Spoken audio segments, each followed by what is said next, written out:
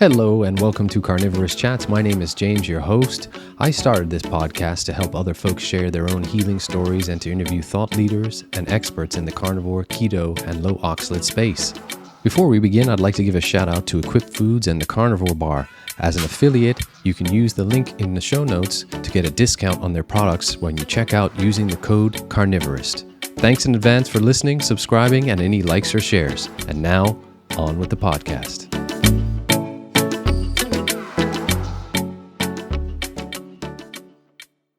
Hi, everyone, and welcome to Carnivorist Chats. This is your host, James. This is an important show for me, folks, because it is my first returning guest on Carnivorist Chats. And I am graced once again of having the pleasure of chatting to Alex Ball. Alex, it's so good to see you again.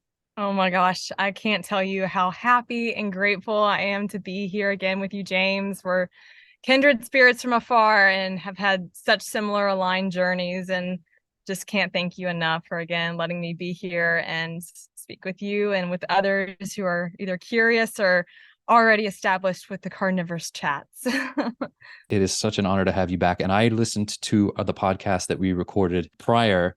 We talked about we had to do this again. So I am glad we made it happen because I couldn't agree more. We had to give the listeners more and talk more in depth about what we went through. And I think we have a host of stuff to get through today. So I'd really like to jump in.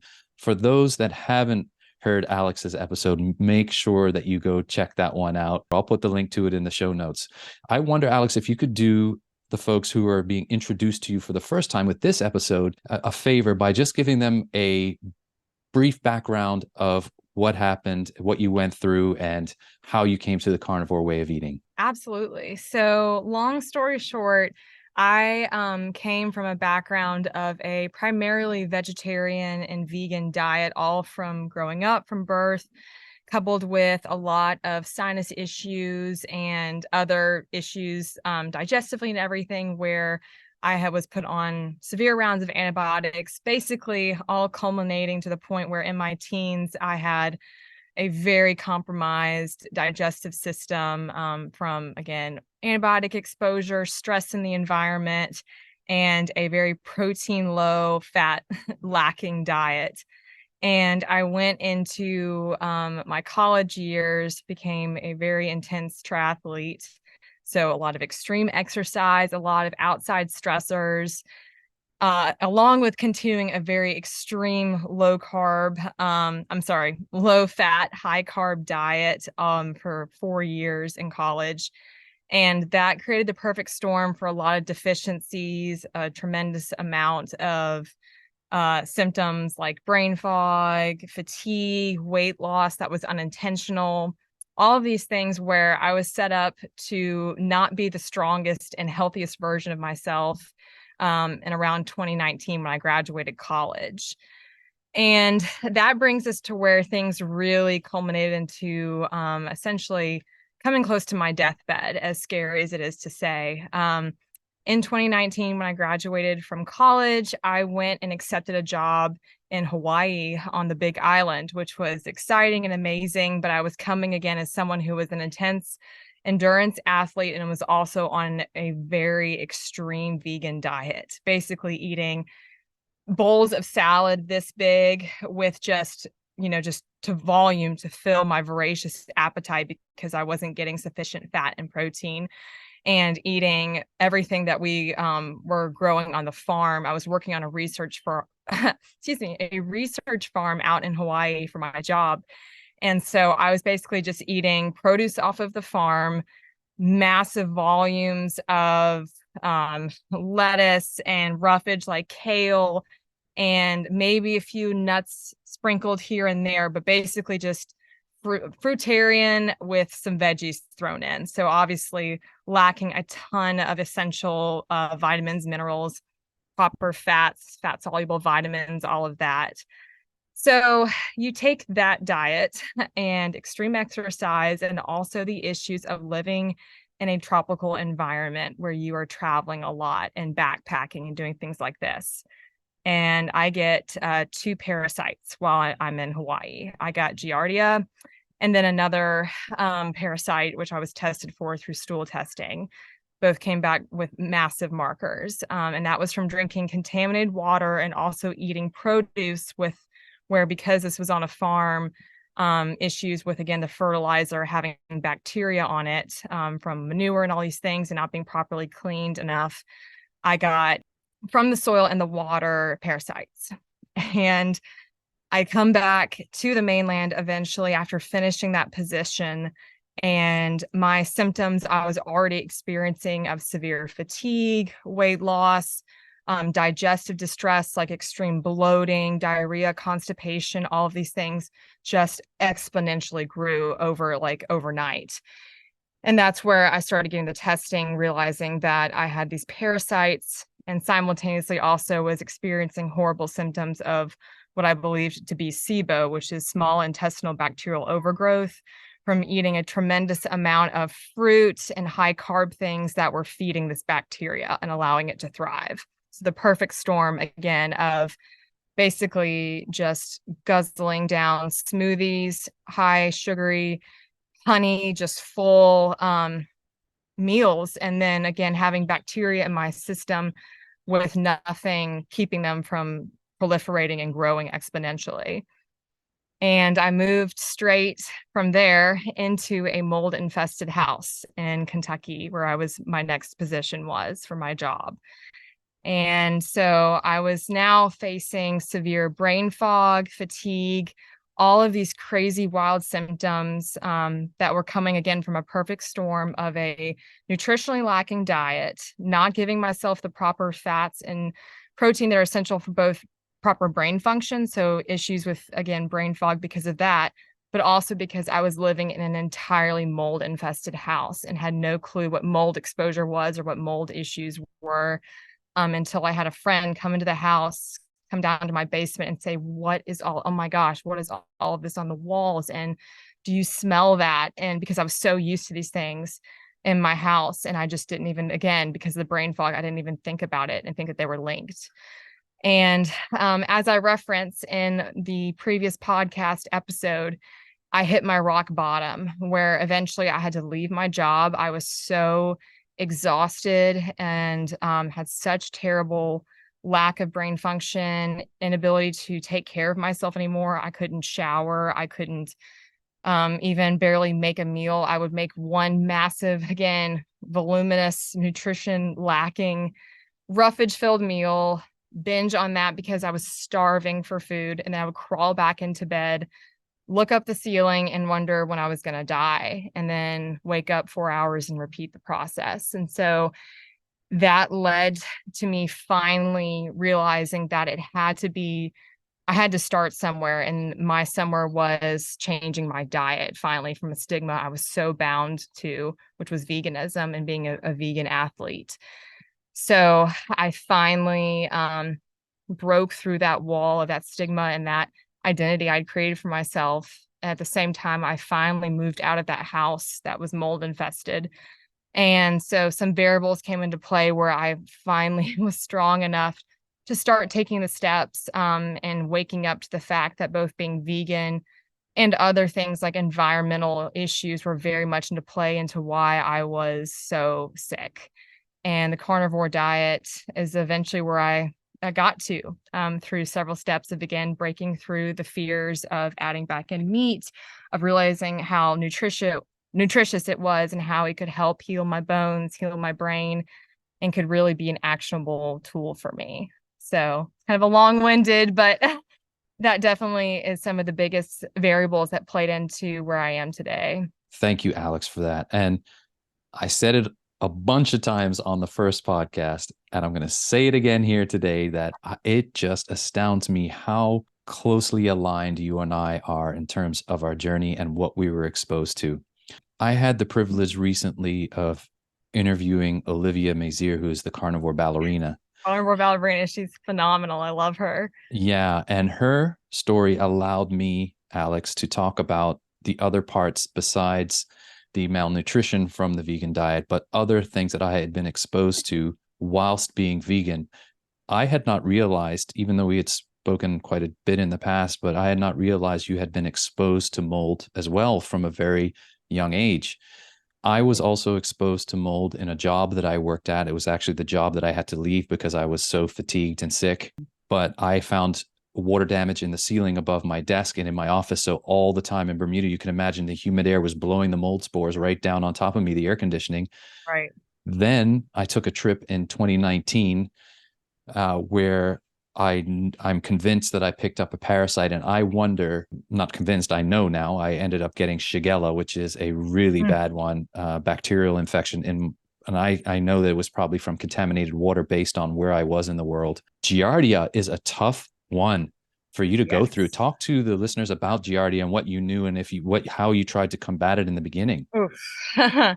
Yeah, that scared me because honestly, I, knew so little about what parasites were. I heard, oh, hey, be careful drinking the water when you're backpacking or taking these trips in Hawaii. And, I would talk with friends on the phone who knew I was in a lot of very rural areas and very, again, more extreme, humid, intense environments. And I was literally living in, for over almost a year in both a humid and tropical environment. So mold is, and all those things just proliferate. So both that mold issue, but then coupled that with the parasite issues of, again, working on a farm that had that in the soil and where I was literally eating food from the soil that was covered in it and where we weren't cleaning enough, or even with cleaning the soil off of it, it just wasn't enough. The parasites were still on it from how deeply they were, had abundantly grown in the soil and then also in the water. But I didn't realize that it was Giardia until I got home. And again, with the extreme symptoms I was already having again from digestive distress, just exponentially grew the instant I got home, which was just extreme back and forth of diarrhea and constipation, extreme gastric distress. Anything that I would put in my stomach, it felt like my stomach was on fire. Bloating like I was 9 months pregnant when I would be waking up in the morning. And again, I shouldn't have been, because usually you wake up and your stomach should be, flatter, because when you rest, you digest and then your stomach calms down and you wake up and hopefully have a bowel movement when you first wake up. I was just up all night again with severe stomach cramps, bloated 24/7. And because I was malnutritioned as well, and I wasn't adding in foods that were helping with that, I was severely underweight. So I had this, skeleton looking body and then this pregnant looking belly, because it was just all bloat and water retention. So severe edema in my ankles and in my face. It is honestly, I was looking through my photos last night of back in 2019. I don't even recognize myself. My face was so swollen and puffy from the water retention and inflammation that I don't even look like the same person. I cannot recognize myself. And you can just see in my eyes are sunken in and concave. And then my face, especially my cheeks, is just bloated out. And so it was this just weird culmination of symptoms where when I looked those up, one of the things that came up was parasites, particularly the issues with diarrhea, cramping, digestive distress. So that's when I decided, oh goodness, okay, well, I've been backpacking, I've been around different soil, I've been drinking potentially contaminated water, because I was drinking tap water straight from a hose on a farm in Hawaii for a long time. And so that's when I went to 2 different gastroenterologists who did stool testing that came back positive with extremely high markers, all of it for Giardia, which was the first one that they assumed it could be, because there were a lot of outbreaks that year of that, particularly on the big island of Hawaii where I was living. So it was quite a wake up call and quite scary. And also because I didn't know what to do, or, okay, well, now I know I've got parasites and festering in my stomach, but now what do I do about this? And the gastroenterologist that I was seeing never once questioned my diet, never once asked me what I was eating. And the fact that the overwhelming sort of fruitarian diet I had was likely not helping, and also was contributing to the SIBO, again, the bacterial overgrowth that I already had with all of these high sugary carbs, particularly things like I was eating practically a jar of honey a day. Again, things that which may not be bad if you have a healthy gut microbiome or a healthy digestive system, but someone who is severely malnutritioned and has parasites, these are foods that you should not be consuming, and massive oxalate full smoothies and all this. So I ran him through my diet and told him I was having a jar of nut butter a day, a massive roughage salad, and an oxalate full smoothie, and he was completely fine with that. And the other gastroenterologist didn't even ask me what I ate when I was going through my parasite issues, and I tested positive for all of this stuff. And also when he did my blood work and saw how malnutritioned I was. So that was very scary, to think that my diet was not ever questioned by specialists with my stomach and these issues. Yeah, again, that conversation and chatting with you now takes me back to my journey. At the time, you and I were thinking, again, similar in that we were seeing general practitioners who didn't question our diet. Now, knowing everything that I know, and as you so eloquently just put it, everything that we were consuming was food for bacterial, candida, and also parasitic infections. I mentioned in the podcast that I referenced earlier with Olivia that part of my journey included listening to Dr. Stephen Cabral. He has a book called The Rain Barrel Effect. And basically, what it is, it talks about our toxic buckets and as they get higher. So, and eventually they overflow. And that's what happens to so many people like you and I that start their journey with either a viral infection, me, Epstein-Barr, you, exposure to mold, and also me. The body's doing its best. And if we're not giving it the diet that it needs, compounding these toxicities, then eventually the bucket is going to overflow. Overflow. Yeah. And it was not until that I changed what I was putting in my mouth, and we're going to get into exactly what we are eating on the vegan diet. I really want to go down this road with you because if we talk about the huge salad, I feel like it's the Seinfeld, the big salad. I know it's the quintessential, man. It Oh, really is. and all these sugar laden stuffs, the nut butters, the granola, but it was feeding the candida infections. That was why I could never, no matter how much tongue scraping I did, Oh my no matter gosh. how many antifungals I took, the candida would never go Never away. subside. And Yeah. what happens is you get these compounding infections, bacterial, yeast, and then viral, and they all live cohabitually in you, and they adjust your body temperature. These is what these things can do. Parasites can alter your basal body temperature because they don't want a hotter environment, which will not hospitable to them. They can also affect your mental state. They can affect your sleep. They can affect the bags under the Right. eyes or brain. Oh my goodness, Alex. So yeah, talk to us a little bit about that stuff that you were eating on the vegan diet. Let's go down this road for the listeners who might be on that diet right now and going, that sounds like me.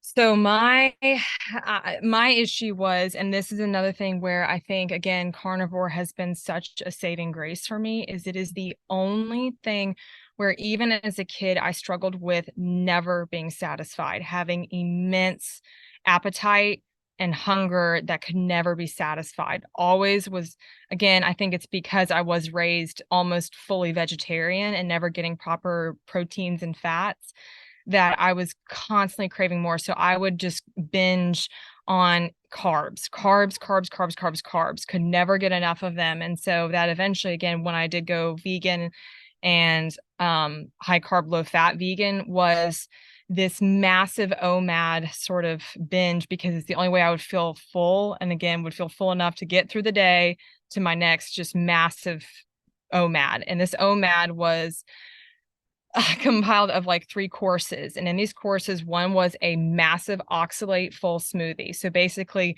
handfuls and handfuls and handfuls just stuffed of kale and greens, arugula, hardcore, intense microgreens, things like that, that were just full of a lot of fiber and also roughage that I couldn't break down. You take that and you begin your smoothie with that. And then all of the supplements that I was using to quote unquote try and get my nutrients, even though they couldn't because they were going to be bound to so many anti nutrients. But I would put in my, plant vegan protein powders in there too, and my ashwagandha powder and my maca powder and my spirulina powder for the B12 because I was too scared to, take fish oil or again, eat any meat or dairy or any other sources that could provide that for me. Almond milk, and then practically half a jar of nut butter. Again, it would be cashew butter, which always has mold contaminants in it, or peanut butter, which is full of mold. Usually, almost always is moldy, even when you think you're getting a brand new fresh jar of peanut butter at the store. It's a legume, it's not a nut. And a lot of times it comes from, I know from my background in agriculture, farms where they don't do any vetting on seeing if there's issues with mold when they are processing it. And then I would finish out that smoothie just chocked full of stevia. That was a highly processed version of stevia that was also derived from moldy corn. So all things that basically were either contributing to my mold issues, my SIBO issues, my digestive issues, and also just my lack of nutrients with that smoothie. Then after that, I would have a massive bowl of more rough because I wasn't full or satiated from that smoothie. So that would be like entire heads of romaine lettuce, hot peppers, things full of histamines. So I'd have tons of steamed vegetables, steamed potatoes, eggplant, all these steamed veggies, again, just trying to fill my stomach up. That'd be doused in some dressing I made full of hummus and tahini and all these seeds and nuts and beans. And then I still wasn't full. So then I would typically have some more, either, again, some version of broccoli or cruciferous vegetables on the side, either raw or cooked, and then dipped in some form of sauce that I thought was high in fat because it maybe had some nuts or seeds in it as the base. But that was what I would have. And then some sort of vegan sweets because I had this voracious sweet tooth all the time that I could never cure. I was hooked on sweet flavors. So would have spoonfuls of honey, would have more fruit. I had this just insane craving for sweetness I could not quell. And then and I promise I'll wrap it up here. I know this has been long, but it's just very truthful, because I would get done with that insane amount of, like 500 grams plus worth of fiber and all of that roughage. I still wasn't mentally full or satisfied because I hadn't got sufficient protein or fats. I would drink up to every single day, up to 12 0-calorie sweetened, stevia sweetened. It's called Zevia, and it's a 0-calorie soda alternative, which is full of processed stevia and citric acid. The reason I was drinking it is, again, I had this mental, I'm not full. And so I would use more liquid to try and fill my stuff up so that I could get through the night to sleep. Even though I was so bloated, I still was mentally hungry. And all of that, again, was leading to a perfect storm of severe digestive problems. And then also transitions, which we'll get into later, severe dental issues from the citric acid and consuming so much of that acidic liquid with my teeth, because I was, again, craving sweetness that I could not quell. So that was my vegan diet. Alex, I'll give you a chance because that was amazing. I like getting down into the nitty gritty for folks because we didn't get a chance to last time discuss these topics, which are so important. You talk about oxalates. You know how important my journey and recovery has been with this knowledge of oxalates. Thanks again to my good friend, Sally Norton. I say it, and I met her in person. God bless her. At the time, had no idea plants had toxins. They had defense crystals in them that could affect you this much. But when we look at our journeys, both you and I'll talk to you about now what I was eating. I would start because I found the medical medium with celery juice fresh every morning, blending juicing the celeries. Then I would go into his smoothies, which is, I'm sure included a bunch of the heavy metal detox smoothie, which was blueberries, Yes. spirulina, all kinds. Cilantro. You got it. And Always then have cilantro in it. And then I would have my breakfast, which was always some sort of sweetened granola, like chocolate granola. I won't mention the product name, but some sweetened sugar bomb granola with yogurt, with then flax or chia bread on top with Yep. whatever I put on there, more jams or nut butters for sure. And then because I was still hungry, I would have a protein smoothie with some sort of vegan protein powder and almond milk, which are almonds are super high in oxalate. Mhm. Lunchtime was probably a big salad, which never filled me. Fresh, I was thinking I was doing the freshest thing. And then dinner was some sort of local roasted vegetables with grains like quinoa, again, super high oxalate because, and again, not filled, stomach getting more bloated, but still voraciously hungry. I would be eating from the time I got out of bed till the time literally I was falling. I remember some nights I fell asleep with chocolate cookies, vegan cookies on me, and I'd wake up and they'd be there, and I'd be like, "Oh, I'm still hungry." Like, Oh, I oh, ate mounds of dark chocolate too. I oh, forgot. Yeah. At night, I would have honey and I would literally take dark chocolate bars and scoop them in my yep, jar of honey. Yeah, yep. because I just couldn't. Yep. And that again is just an oxalate bomb. With the infections that we had going on, with the diet that we were eating, we were setting ourselves up. And because we now know oxalates many times affect the gut microbiome as well, because they are basically our little shards, almost crystals, that are allowing access to anything that may be in your food to get into your digestive tract and then into your body. So we Like were little just basically punctures, little like puncture wounds. constantly like little pinpricks, but millions of them. So we had set ourselves up for malabsorption, digestive issues. I have shared before, no matter how much I stuffed in this pie hole, I was always All constipated the time. Yeah. and hungry. Hungry, My but so stuffed full of roughage. and I had to employ other methods, excuse me, to use the bathroom. I'm not ashamed to talk about this because it's people need to I'm not understand. either because honestly, we have to. It's just a sad reality. Yeah, Yeah. it was so uncomfortable and so painful for me some days that even as a guy, I looked bloated and frail in my upper body, but this belly distended. Had to go to the bathroom. Sometimes could not. If I did, I told you that I had blood because there was severe constipation, which leads to straining, which leads to hemorrhoids, which leads to other things that I had, the infection, the Shigella, which causes blood in your stool as well. Long story short, we really set ourselves up to, and unknowingly thinking we were doing the best for ourselves. Let's segue really quickly into the dental side for you now, Alex, because Yep. I'll let you start, but I had my own not nearly as severe as yours. But what happened with that for you?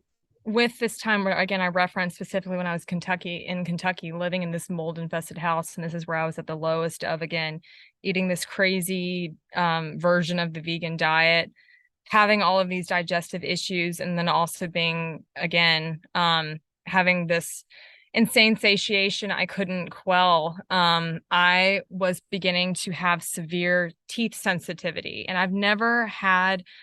I've always had what the dentist would say, you've always had great teeth, beautiful when I was growing up. I didn't have cavities growing up. I didn't have any issues. They were always like, "Oh, you're the, perfect kid at the dental chair." And I always did what they said, I always used the fluoride filled toothpaste and all of those things and didn't think once about my teeth ever in the past. I'd never had issues. I'd had things like braces because my teeth were slightly crooked, but again, nothing where a lot of kids you see these days from birth, they're having improper teeth growth or severe cavities or all of these things. I was okay in the beginning, so I just had never questioned my dental health. And so it really concerned me where all of a sudden I was starting to have this severe teeth sensitivity. And I remember I would start after eating my massive binge meal late at night, I would go for after and drinking all these sodas. I would to the point where I couldn't drink them anymore without a straw because it was to the cold sensitivity. My teeth were getting too sensitive to any temperatures. I couldn't drink my massive vegan smoothie anymore without a spoon, like using either a spoon or again a straw, because I was any type of hot or cold temperature now was too sensitive for my teeth. And I started noticing when I would go look in the mirror again at night, I would see these huge gaps at the top of my teeth where my teeth were starting to look like sink in. And what was happening was the enamel was literally wearing away. And then I started looking even deeper and I started looking, I'm going to open my mouth for a second.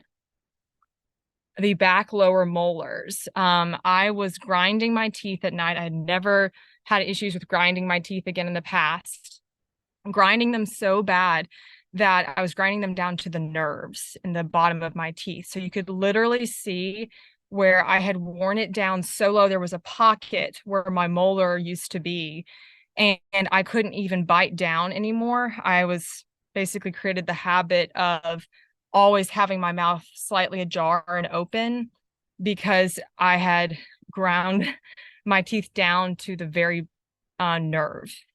So not only were my molars completely gone, but my enamel was worn on the back, and I had all these pockets of missing all the calcium in the bone had literally just worn away on my teeth. So they were sensitive from the front, they were sensitive from the bottom because they were destroyed. They were literally falling apart. The rock bottom of that was literally one day I was eating my massive thing of crunchy vegetables as part of my meal, and I was eating my meal and I looked down and an entire part of my tooth had fallen into my bowl, and my teeth had become so weak that they were chipping off just from eating vegetables, not gnawing on a rib of meat, because again, I was still vegan at the time, from eating like a carrot. And I was sitting there shaking in my chair, thinking, I'm going to have no teeth. I mean, literally, I'm going to have gaps, holes in my teeth. My teeth are going to fall out of my face. So I went to a dentist in Kentucky, scared out of my mind, thinking that this is it. And knowing it was because of my diet and everything, that I was so nutrition deplete that I had nothing to support bone, because your teeth are bone at the end of the day. And that was also something that scared me, because I know I must be fighting likely osteopenia, pre-osteoporosis, all these other issues with my internal bones. If this is what's happening with my teeth, and this is a reflection of my health with my teeth right now. So I was scared out of my mind. All they did was essentially put a coat on top of these things. So they put on veneers and things that didn't actually solve the issue. Again, didn't question my diet at all, didn't even question that I was drinking these sodas full of citric acid that were only making the enamel wear worse and the sensitivity worse, as well as all the kombucha that I was drinking that again is full of sugars and things that only exacerbate the problem. So it was not until 4 years later that I finally found a biological dentist here at the beginning of the year, the beginning of 2023, who started off the conversation with, what are you doing to your body? Because if your teeth look like this, I can only imagine what you did in the past to your health. And I went through her with my journey, how I had now been, animal based for about a year and was going on a few months of carnivore, and was very honest with her. And she was like, well, thank God you did, because if you hadn't have, you wouldn't have any teeth by this point to even be speaking with me. And it has been a long journey. Let me just say the past 6 months have been very emotional from this standpoint, as crazy as to say, because I've had to do so much work to essentially build my teeth back. Procedures, very expensive, some of them not covered by insurance, but just the immense gratitude that, again, and this is what I always tell people, with there is hope. I thought I was hopeless. I thought I would have no teeth left. And knowing that you have to start somewhere and not giving up on finding someone who could help me find a solution. So still on that path, but a lot of improvement has happened. Just so the listeners get my own perspective, and I don't get a chance to really talk about my own dental side, I just noticed that my teeth, like you, were getting super sensitive early on and cold. I'd never been sensitive to cold stuff before. Yeah, I was never constantly struggled with that previously. running to the dentist all the time. They were putting sensitive gels on my teeth because I was in pain all the time. I had a root canal done on one of my wisdom teeth, which didn't get pulled. I never had them, but I had perfect teeth like you since I was a child. My gums were receding. Yeah. I was constantly bleeding. I constantly, even just for simple brushing, everything, there was always blood everywhere, blood on my toothbrush. Everywhere. My dentist was starting to notice, and I was getting x-rays, that she's like, what's happening? What are you doing? I'm like, nothing. I'm just brushing my teeth as I always do, flossing as I always do. They're like, yeah, your gums are receding. We're gonna have to take x-rays. Thank goodness that I didn't get to the point where, like you, Alex, that's just incredible that your tooth chipped and fell out. But Yeah. I was in pain all the time in my mouth. I kept running back and forth to the dentist, asking them to inject me because it was that painful. My teeth were always sore, bleeding.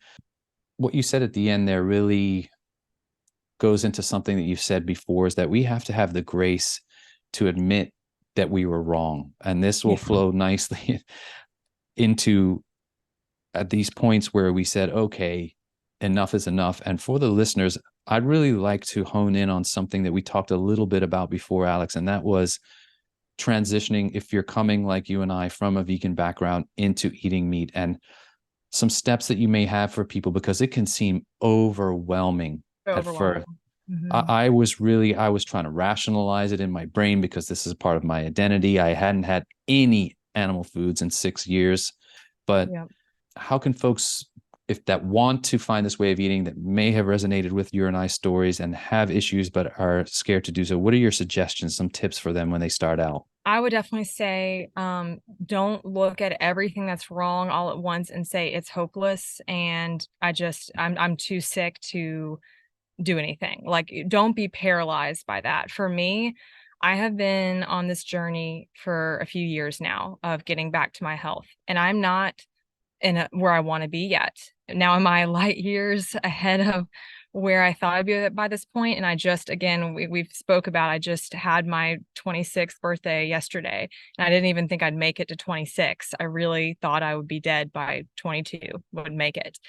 But I think that the biggest key was knowing I have to tackle one thing at a time. What am I going to focus on first that I feel like will help with the other variables? So for me, it was saying, okay, I know that I've got to get my teeth health fixed at some point. I'm not going to start with that. I'm going to start with my digestive health because I know that will play into things like helping my brain fog, helping my sleep, helping me get the nutrients so that I don't have more issues with my teeth going forward, and stopping what the, regression I'm already having. And what I found was, again, where I can begin with everything is with my diet. And so it was simply saying, where can I start? Okay, diet is where I'm going to start. I'm not going to go try to get every dental procedure done immediately or find the perfect doctor for each one of these issues. It's, let me just be in the driver's seat of having one tool that I know is actionable on my end immediately. And so for me, that was, well, okay, great. So I'm going to eat a non-vegan diet. Well, where do I begin? And it was giving myself the grace to know you don't have to start by the lion diet and doing fasting with it, or OMAD. Do not view it as I have to go to the most extreme version of this first. For me, I started out as a very light animal-based version of this with seafood, very lean meat, turkey, chicken, and all of that. Again, that's not how I eat now because I know it's not the most nutrient dense. It's not the most healing for my digestion or all these things. You have to start somewhere though, and you have to start where you're comfortable. If that's just starting with eggs, if that's just starting with getting some omega-3s in through canned fish, like, again, start in your comfort zone because you can always modify and you can always change that. And also viewing it as you don't have to eliminate every plant food overnight. Again, it can be a trajectory because you're coming from such an extreme. It's better to not just try and go cold turkey where it's going to feel very overwhelming and too hard in the beginning. So even if that's having some fruit with your, you know, buttery scrambled eggs and bacon in the morning, great. Start somewhere. And again, if you feel like then you really want to increase the number of eggs you're eating and it becomes just a breakfast of buttery eggs and bacon, and you've kind of phased that fruit out because you may have bacterial SIBO issues, but it's enabling yourself again to feel comfortable enough and be in the driver's seat to where you can take that step eventually, but not feeling you have to start there, if that makes sense. Total sense and great advice. I always tell people from my experience, and we were talking about oxalates specifically earlier, you cannot just come off a high oxalate diet and go cold turkey. If Sally Mm. Norton was in on this conversation, she Oh, would tell goodness, you, no. do not do that. And I was glad that I had found her initially to at least have that wisdom, because what I did, I had to wrap my mind around adding animal foods in to start. And like you, I chose fish and lean meats because at the Lean time. And meats I and eggs. lean meats, I actually didn't do eggs to start. I was reacting Really? to them still. I was reacting. I Hmm. would have a histamine response to them. Yeah, So it wasn't until later in my not journey. uncommon. I was pretty brave. I told this on another podcast that I actually went into organ meats pretty early, which I was, did too. I did too, which was yeah. shocking for someone who was so scared of, like, I was less scared, funny enough, of beef liver than a burger. I don't know why. I think it was because I was so like intrigued by how nutrient dense the organ meats were, that because I'd always been fascinated by nutrition, ironically enough, felt comfortable enough that I'm willing to try this kidney, or this particularly liver was what I ate the most of. Also because I had immense cravings because I was so B12 and vitamin B deficient, that a lot of these organ meats gave me, it were helping again to quell some of the insane cravings I'd been having from being so deficient in vitamins for so long. Alex, I never told you this, but in an upcoming podcast that is coming out this weekend, I recalled this, and it was really interesting. And I have to thank this particular lady as well on my journey. And I'll have to ask you too, did you along your journey ever consult with a nutritionist at all about anything? Um, I did, and I'll tell you this before I let you answer, is that I did early on, and at that time I was still a vegan. I hadn't added animal foods back. And do you know what she said to me when I went in and talked to her? I can only imagine. She said she would refuse to work with me if I was a vegan. She'd had too many cases, and she said unless you're willing to consider adding animal foods back in your diet. And I remember sitting there going, "Huh?" Like, But whoa, yeah. little did she know at the time I was starting to consider it, but I hadn't done it yet. So it And was taken that almost, step, that leap yet. but it was a really interesting piece of the journey. Had you ever consulted with one on your journey prior when you were vegan? Funny enough, yes, I did. And she was, I wish she had been more blunt in that I needed animal products. She was more of the standpoint of sort of a Michael Greger with a little bit of animal products thrown in. So she was still completely fine with all of the immense amount of like fiber I was eating and nut butters and all that. And she's like, keep doing what you're doing, keep doing your heavy oatmeal and your smoothies and all that stuff. But she's like, have you ever thought of eggs? Like maybe getting some eggs in? Have you ever thought of maybe like a little bit of lean fish, like cod? And so I was already again doing my own personal research, feeling deep down that like this is the only way forward. And this is the only thing in terms of nutrition that could possibly help me. And it was enough nudging to where I was like, there is no other route that doesn't include this, that doesn't look like it has a little bit of a green light of improving my issues. And that's where I think with speaking with her, I felt comfortable enough to add the eggs back in, because the two things that I started with were eggs. And again, I had this immense craving for eggs once I started eating them. And I think it was from choline deficiency, because I could just eat eggs on end and just like couldn't get enough of them. And then also canned fish like sardines, anchovies, things like that, where again, the high omega-3s, I think it was from lacking omega-3s, and lacking a lot of choline B vitamins, that these foods my body was just starved for and wanted. And so then once I consumed those for a little while, I felt comfortable enough again expanding the number of animal foods, because I started seeing the benefits of them. But she definitely did help contribute to me finally breaking through that barrier of being comfortable enough to start with eggs, start with some fish, even if it was canned, because I was too scared to cook it, and things like that. Yeah, I want to just go back to something that I really want to just nail down for folks that are starting this way of eating that have come from a background like you and I, and that's the oxalate piece. Yep. I started with this nutritionist advice, and God bless her, I went back and engaged her, and I'm very thankful that I did, because again of what she said to me. But she also was not a big fan of high fat. She was very lean meats, Yep. not being the major part of your plate, but making No sure red you had meats. no red meats. No, Uh, do so I the had, deli turkey slices. yeah, The green chicken light and for that. turkey, chicken breast, Yep. Mhm. but it allowed me to at least, go Start somewhere. start somewhere. You got it. So I started somewhere with little pieces, but I also kept vegetables in there, albeit I knew I had the knowledge of what the lower ones were. So read lower, not 100% carnivore, which is basically nothing. And what happens when you go down to nothing, as I did as a stubborn man, because I'm like, I feel I'm going to just do it. Yep. No. And then the oxalate dumping starts, where your body starts to release all the oxalates that it's stored from Exactly. our high plant-based background. So it goes back to what we were talking on earlier, Alex, and I know it's a very important point for both you and I, is that we're all coming at this from different tales, and there's a space in this diet, and I've talked about it before, for everything. Another thing is I see dairy being vilified. Dairy was such an integral part of my journey and Oh, continues to be, because the thank you. calcium that I needed Calcium. to Yes. bind to the oxalates as they go out through the gut. But not only that, because I had not eaten any proper dairy for years and gotten the calcium that I needed and you needed. So please talk to us about that, and folks that are just, Absolutely. the dogma that can creep in.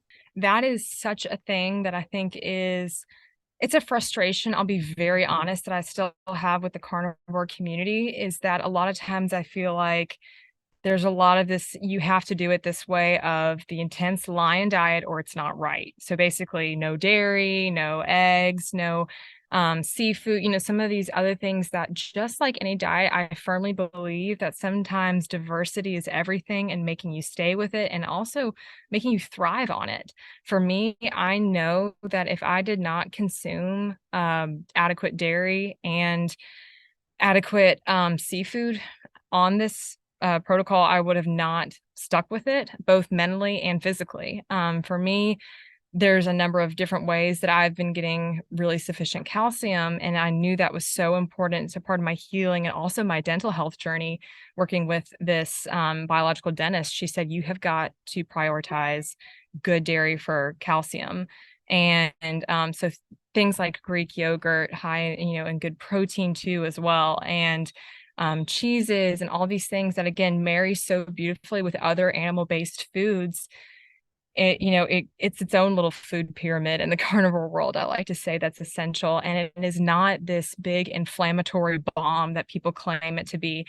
I was so scared of dairy, honestly, coming from this vegan background, of seeing all this propaganda about how bad it breaks you out and it causes constipation and all these things. And someone who was so scared, because again, I had struggled so much with severe digestive issues that gave me cystic acne and constipation. Why on earth would I want to eat dairy? That just makes it worse.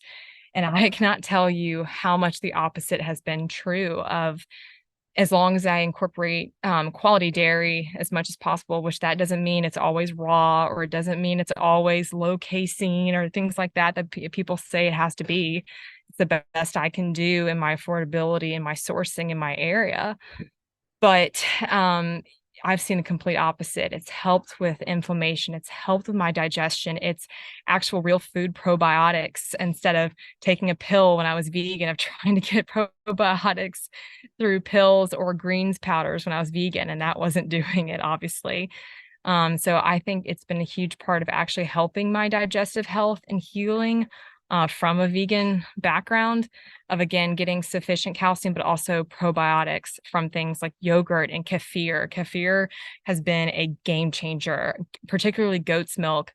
Kefir, I have just found I can, the instant I drink it, feel this calming of my stomach. I love creating a carnivore goat's milk ice cream at night sometimes as a little nightcap to kind of calm the cooling on my stomach after maybe a meat heavy meal. Things like ghee, butter, all of these things that are both good fats and dairy products, that I have, again, just seen the total opposite of what I was told was from a vegan background, that they've only helped with my digestion, helped with my skin, helped with my energy, my sleep, all of these things, and being open to trying all of them.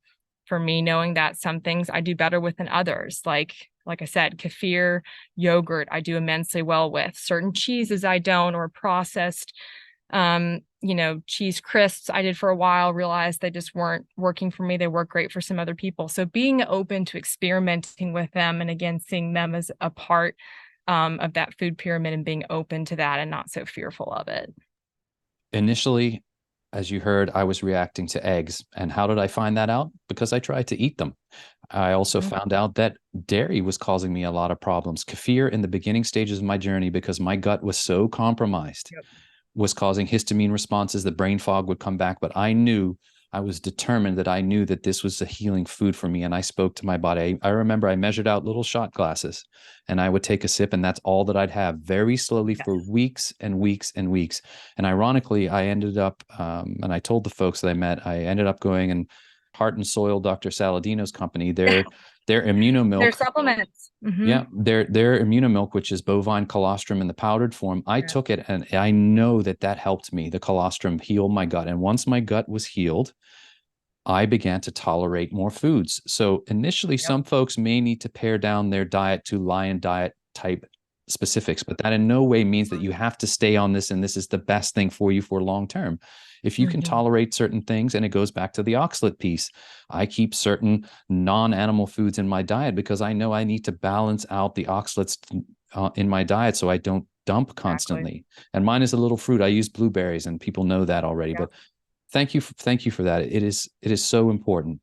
Alex, And that's something real quick I want to emphasize too is sure. I wasn't just drinking and eating all the dairy to start off with. I had to work my way up as well and do when I say experimenting as well with quantity because like you said, I had a lot of inflammation already. And so you have to be careful. And again, it what will work for someone may work for another person or may not. But I totally agree with you that again, some of these things, it's again a process of weaning off as well. Like I still drink some coffee and tea again because I came from such a heavy oxalate laden diet that when I go cold turkey still even years later off of oxalates, I get some overwhelming symptoms. And so I find that keeping a small amount of oxalates in my diet is still necessary now. And I'm okay with that, continue with that as long as need be, again, to have a slow process of getting to where that healing can happen. But it's a it's a journey. It's not instant. It sure is. And Sally Norton, if she was here, would tell you that she's in her, gosh, ninth year now, and Mhm. it's slowly getting to the point where it's very small. But for those listeners that never heard this before, I've stated this before, but in her opinion, the third year of lowering oxalates and being mostly Yeah. carnivore can be the worst. So I've got that to look forward to. I know But we both do. We're both not quite there yet, but it's yeah, coming. but at least we're armed with the information of what to do if it Yes. happens and when it happens. The Alex, knowledge. let's talk about now some of the things that you're eating. And man, I gotta tell people to go back to your Instagram page because that food is amazing. And I want to know about the Fried Daddy gang, please. Tell us Oh about the my Fried Daddy. goodness. So there is this lady named Terry, and I highly recommend anybody check her out on Instagram. Her name is Carnitary is her Instagram handle, which is Carniterri, Carnitary on Instagram. And she introduced me to this beautiful device called the Fry Daddy, which is this tiny little mini deep fryer. And for the longest time, I would see all of the things she could make in this thing, and it looked like the most perfect gadget ever because you get things crispy like an air fryer, but you could also do burgers in it. You could literally fry anything. She's fried whole ribeyes, I mean, like again, plethora of options. So finally, I bit the bullet and decided to get one. And we are convinced it was like divine intervention of the gods because right before I was about to order one off of Amazon, I love to go to the thrift store and like thrift things, and I found a Fry Daddy in perfect condition for $7 at my local thrift store. And it was like, oh my gosh, it's meant to be. I was actually seeking it out and it fell right in my lap. So it has been such a fun device to try out because you have to actually it's does not make the mess that you think a deep fryer would. You can use just a little bit of tallow and fry. I mean, again, the world is your oyster. I've fried whole sardines and that's delicious. I've done Scotch eggs where I took hard-boiled eggs and coated them in, instead of breadcrumbs, did pork rinds ground up and made Scotch. So just, I think the whole great thing with the Fry Daddy and the whole point of this is that you can have fun and you can experiment with your diet on the carnivore diet. It does not have to be every day is a ribeye and steak and that's all I'm going to eat and salt like have fun with it, particularly if you're coming from a background of veganism where there is a lot of diversity in it. You know, you have all these nut butters you can try and all these different flavors and things.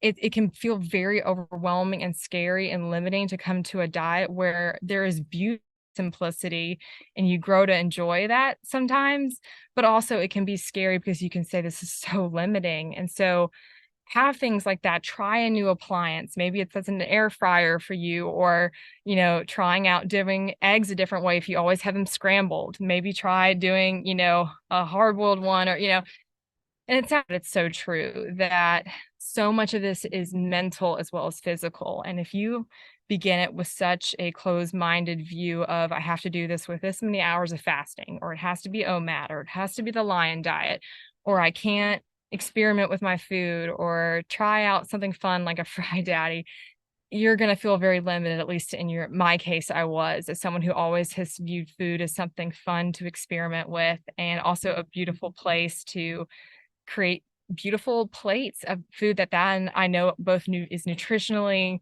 delicious and healing for me, but also makes me happy. And food should also be joy at the same time. I think it's a part of that. So Yes, yes, I love it. I agree. Some of my favorite purchases have been my air fryer, my Instapot, and my Weber barbecue that I use, and I use them all every day. But yep. I'm always thinking of new things, even though I tend to go back to the same thing every day because I absolutely love the carnivore diet and it's so satiating and Yes. delicious. But yeah, I'm gonna have to become part of the Fry Daddy gang. I got to get in That's on this. right. We've got a small but growing gang now. We call it the Fry Daddy gang of all of us trying crazy things in it. And I do highly recommend it simply from the standpoint of if there is one appliance that is small, is easy, a lot easier than you think it would be, and very affordable as well. It's only, I think it ranges anywhere between the different styles of it at $30, $60. It's a great kind of interim starting point where both you have the ability to experiment and try a lot of different animal-based or animal products in it. But it's also efficient. As someone who works a job where I'm constantly on the go, it is so great that in the morning I can quickly drop in bacon that crisps up perfectly in 2 seconds. And then also I make liver bites where it's these delicious bits of fried liver and tallow, and they're perfectly crispy, and some leftover chuck roast from the night before I can crisp up, and I have all those ready to go for the day, being on the go for my job. And it's quick, and they're perfectly, you know, perfect texture and taste. They're not overcooked. And it's just something that's been a very nice go-to appliance for someone who also, again, juggles a lot of things, job, time in the kitchen, and trying to balance those. Fry Daddy folks, you need to let Alex Ball be one of your affiliates because this lady will sell. I'm going to get one. I'll be Sponsor the me, first. please. Yes, I'm going to make sure I tag them in this for you, Alex. I mean, the Yes, stuff that you're putting out exactly. looks so good. Just so you know, Alex, we are going to have to do a part 3 and maybe a part 4 of this conversation. Always. Yep. So we're going to keep on rolling here. But what I'd like to do as we sort of wind down this episode is to hit you again with some of your quotes that you have put up on your page that have impacted me. And I want to say thank you again for doing that. So here's the first one. I just want you to expand into why you put this for the listener. So it said, and it's a recent one, bleed into the path you are on. Every day is a piece of the intricate journey of healing and growing. I think, again, it has been this reflection I've had of giving myself grace that just like I got to my rock bottom over time, I'm going to get to the best version of myself over time. And it is so easy for us to expect that our healing will come at a faster rate than our sickness progressed, if that makes sense. And so I've had to do a lot of work that, again, can be so easy to view as not essential. And I know how essential it is for my mental health now, which is taking the time to sit outside, to be grounded, to profess gratitude for where I'm at now is, again, not where I want to be 6 months from now. But if I look 6 months back, I'm such a different person. And that's based off of the motivation of knowing that I can continue forward and that each day I'm getting a little bit stronger, even if I have a day where I feel like I'm going backwards. It's not going to be this perfect graph with exponential growth forward. But what I do know is that because I started, I'm no longer dying and lying in a bed in a mold infested house in Kentucky thinking that I'm not going to see myself make it to 23.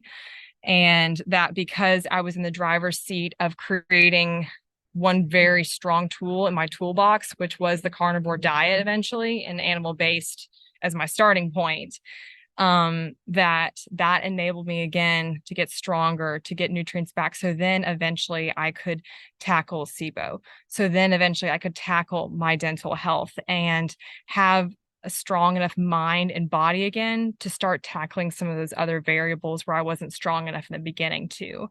But it was a stepping stone into that, process of creating that journey. And if you don't start somewhere, you will be paralyzed by the fear and the overwhelm and the anxiety of being where you're at and feeling too sick. And just from our stories and the stories we've seen of other people, I think, James, you'll agree with me in saying that, my gosh, if we can get to the point that we're at now, even though we're not fully where we want to be, pretty much anybody can start and can get better and can see improvements. And that's going to look different for everybody. And your timeline, you cannot compare to somebody else's. I've seen people who have healed everything in 6 months and they're great. I've seen people who've been at this for 10 years and they are still have a long way to go. But just sitting back and saying, whatever my timeline is right for me. And that's okay. And no one knows what my timeline is. And I don't even know it. But just I'm grateful again that I'm at least willing to be on that timeline now and have taken steps to begin that journey rather than be paralyzed again from being afraid to even start. Just start. That's all I can say. Just start. You just got to start somewhere. Small steps, but just start. That's all Alex and I can ask of you. I know it seems insurmountable, but if you just take little steps, baby steps into this, I promise you it can and will get better. And every day I remember I just did little things like I talked about. Yeah. What am I going to do today that was different than yesterday? I'm going to add a touch more kefir into this cup. That was my one thing. I'm going to try and cook a new piece of animal food for myself today. That little steps every day. But every step forward is a step forward. And as you said, Alex, there will be days where you feel like you're going backwards, but the reality is you're not, because you've already moved into a position where you've changed from the person you were yesterday to a new person on that particular day. And your mindset's different from that. Absolutely. 100%. And that leads me into another quote that you said is, which ties in nicely to this, is that I'm on a journey, but it is not my sole identity. I am being beyond it, and I can find peace within myself. And for that, with me, I think the key has been wanting to essentially be careful that I didn't do again what I did with the vegan diet, which was make it my sole identity. I think, again, because this is something where it's fluid, it's a trajectory, it's a process, it's a journey. It's so crucial to not wrap your entire identity in it and say, I am Alex doing the lion diet. And that's all, because it may very well become, I am Alex who is having some oxalates and is also doing high fat, lower protein carnivore at the moment, or is my point being that, again, I'm always being open to change and that things may have to evolve on this process for me to get to my greatest version of myself and the highest form of healing for me. And what I did wrong, one of the many things that I did wrong back during my vegan days was I created the sole identity as being the extreme vegan endurance athlete. And then I had to pull myself out of that hole that I created. And even though it's a very different, obviously that was destroying me, but it's the key to realizing that we are at the beginning and at the end, we're just a human. We're a body with a beautiful mind and a beautiful soul. And that's what we are first. We're not our sickness. We are not our just purely the timeline that we've been on, whether that's been one of struggles or a lot of wins. It's so easy to identify ourselves based off of our life events. And if I did that, I would struggle a lot still. But again, finding myself as someone separate from all of those things and letting go of whatever an identity is and not having identity around food or around a dietary protocol has really enabled me to just feel again like a really unique and beautiful human being just for being me, just for being Alex. And I think it's so crucial to start your journey knowing that you are whoever you are, just as human first. And that means that you are not your issues, you are not your diet. Those are just parts of you that build into the person you are and shape who you currently are and also who you hope to be. But I do want to leave with just a couple of tidbits that I think are really important for someone, if you're okay with it, James, who's Absolutely. transitioning off of a vegan diet and is really worried about bone health and also just about nutrient getting back proper nutrients. I think it's just two things that helped me so much from a frailness standpoint with calcium, bone health, B vitamins, all of that were honestly, it's a very underutilized and very cheap remedy is grinding up eggshells into like a fine white powder. It is the best version and most bioavailable form of calcium that you can possibly eat, better than any medication. It reversed my calcium deficiency. Whereas when I tried the like pill and over the counter versions of calcium supplements, they actually made the problem worse. And the way you can do that is, and it's so cheap, is literally go to the store, buy a dozen eggs, hard boil them. So you can just cook them up all at once. And what that also does is it boils the shells to kill any bacteria. You can take those shells then blitz them up in a blender. They won't hurt the blender, and you get a fine white powder that you cannot taste. It is unflavored. You can put it in your water along with like electrolytes or salts. You can just take it quickly like a powder and swallow it back. You can cook in it with it, whatever. But if you are struggling with calcium issues, that is the number one way after many trial and error and research that I have found that can reverse such issues with calcium and bone health concerns. And the other one is do not be afraid to consume bones that you have pressure cooked that are soft. Make sure they're soft so you don't crack a tooth or something. But if you ever notice that you have any bones with the marrow and everything there's like soft, spongy bone material that is broken down, that again, a lot of times, similar things, just like our liver, eating liver can support liver health, things like that, eating soft and things like, again, eggshells, which are that calcium can promote healing of those areas. So don't be afraid of eating things like this, just like don't be afraid of people say organ meats. I always say don't be afraid of things like pressure cooked bones, things like bone marrow are very healing, crushed up eggshells, just being open to some of these other food as medicine kind of alternatives have reversed immense issues I had both with my teeth, bone, and other health nutrient concerns I had. So I really wanted to touch on those because I know there's of a lot of concern in particular since we touched on dental and bone health. Alex Ball, you are wise beyond your years. This is the Thank you. reason this is the reason why I love talking with you. And what a great way to end out this episode. We're going to do another one though, for sure, because there's other things that I want to talk to you about and we need to get in other levers. And you touched on it, like besides the diet, which is a big one that we're employing now, will be sort of the topics for our next conversation. But with that being said, Alex, can you remind folks where they can find you online and how is the TikTok world going?